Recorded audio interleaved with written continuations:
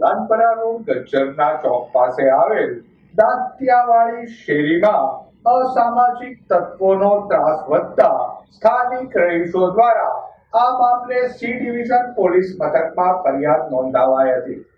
દાંતિયાવાડી શેરીમાં અસામાજિક તત્વોનો ત્રાસ વધતા અસામાજિક તત્વો દ્વારા એક કારમાં તોડફોડ કરાઈ હતી। અસામાજિક તત્વો દ્વારા દારૂની મહેફિલો માણી બેફામ ગાળો બોલી ખુલ્લા હથિયારો લઈ આવી બાઇક અને કારને નુકસાન પહોંચાડવામાં આવી રહ્યું હોવાની રાવ સાથે સ્થાનિક રહીશો દ્વારા આ મામલે સી ડિવિઝન પોલીસ મથકમાં રજૂઆત કરાઈ હતી। અસામાજિક તત્વો વિરુદ્ધ પગલાં ભરવામાં આવે તેવી સ્થાનિક રહીશોએ માંગ કરી હતી।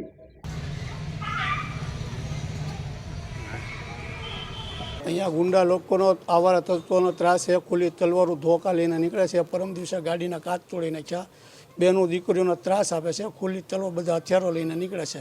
જેમ એમ ગાડીઓ બોલે છે, પથ્થર મારો કરે છે। દાંતિયાવાડી શેરી ગેબનસાબીની દરગાહ પાસે ગજ્જરનો ચોક 4-5 જણા આવે છે રાતે 12 થી 3 ના ગાળામાં દારૂ પીને નીકળે છે। રોજ દારૂ પીને નીકળે છે, એનો ત્રાસ છે। અહીંયા સી ડિવિઝન પોલીસ સ્ટેશને ડાબી સાહેબને એપ્લિકેશન દેવા, એસપી સાહેબને દેવા અને અમે અહીંયા સી ડિવિઝન પોલીસ સ્ટેશનમાં રજૂઆત કરવા આવેલા છીએ।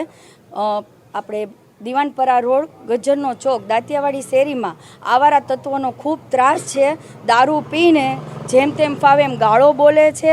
મુસ્લિમોની દિલ દુભાય એવા શબ્દોનો ઉલ્લેખ કરે છે અને ખૂબ જ એમનો ત્રાસ છે। બૈરાઓ ઘરની બહાર નથી નીકળી શકતા। દારૂની બોટલોના ઘા કરે છે, પાણાના ઘા કરે છે દરવાજા ઉપર અને ગાડીઓ પછાડે છે, ગાડીના કાચ તોડે છે। આપણે કંઈ કહીએ તો એમ કે જેમ થાય એ કરી લ્યો આવા શબ્દોનો ઉલ્લેખ કરે છે અને જોરથી ગાળો બોલીને ખુલ્લી તલવારો લઈને નીકળે છે।